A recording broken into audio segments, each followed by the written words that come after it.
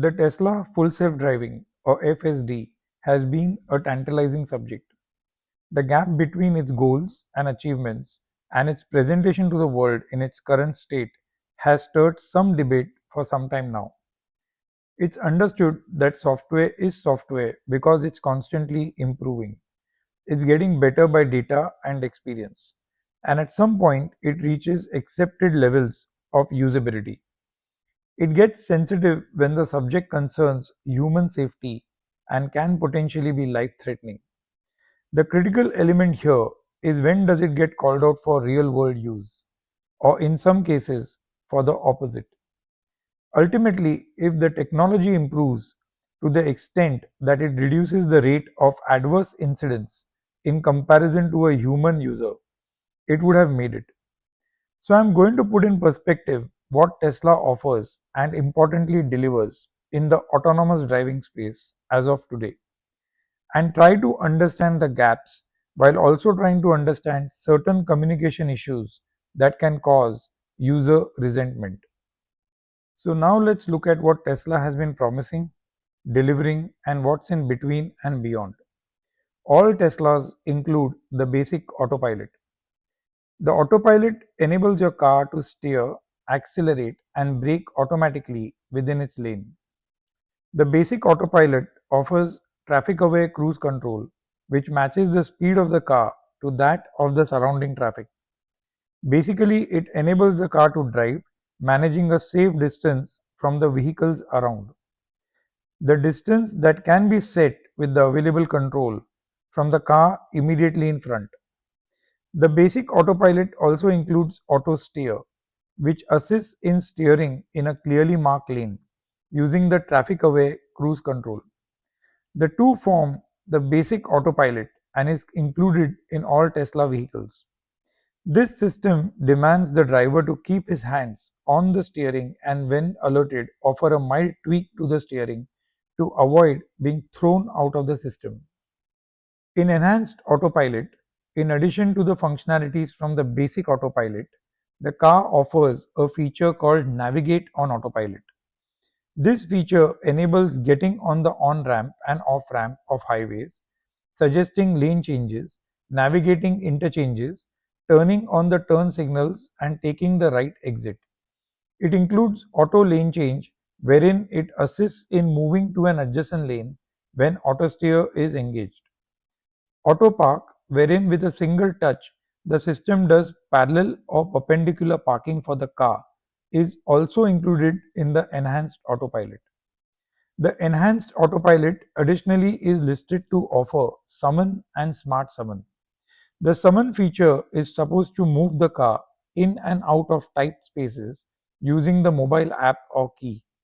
The smart summon feature navigates through more complex environments and parking spaces, maneuvering around objects as necessary to come find you in a parking lot.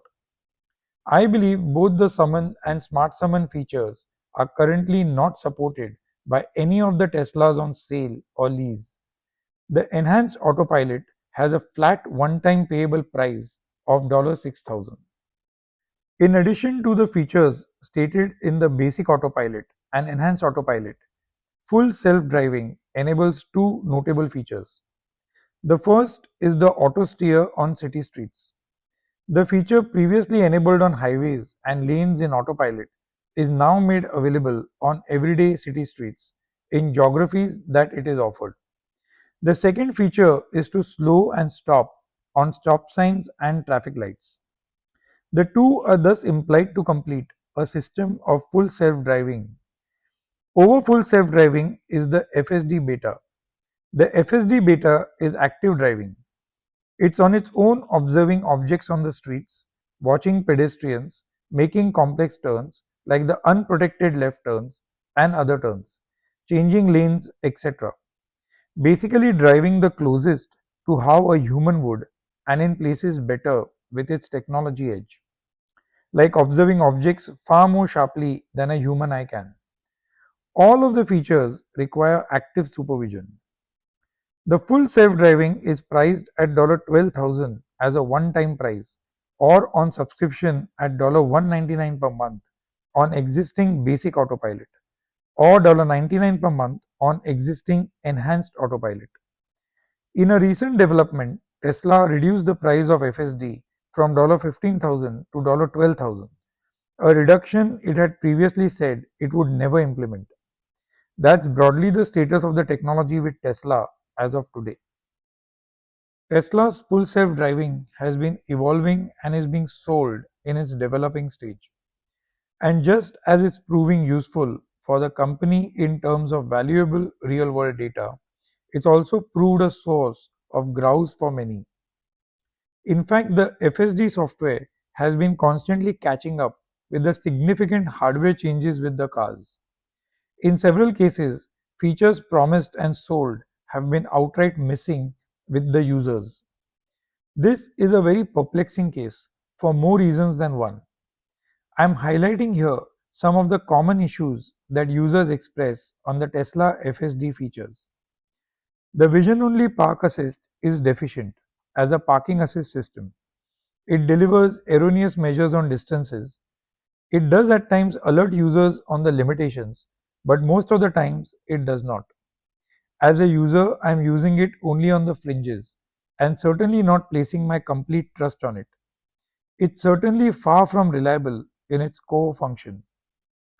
Tesla recently reduced the FSD price from $15,000 to $12,000. I think it is still a steep price. The features of Summon and Smart Summon are not available on any car sold by Tesla currently, but they are still blatantly sold as a part of the enhanced autopilot. The autopark, even if available, which I am not sure of, is certainly highly limited in relevance and availability. Features of FSD beta are lagging with respect to the hardware rolled out.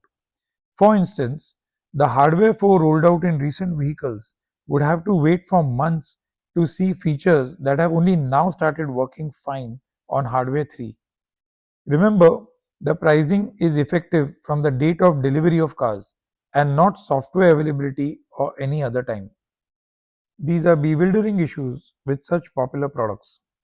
At the end of this video, I shall leave for your reference a chart describing the standards set for autonomous driving by the Society of Automotive Engineers or SAE.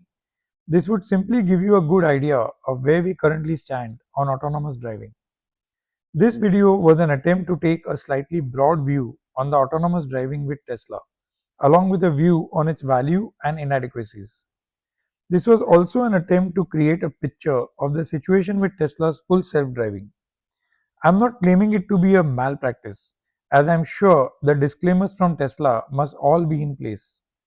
But there could be many unsuspecting users who may be signing up and may feel bitter. I hope you like this small attempt to touch this very interesting and at the same time sensitive subject.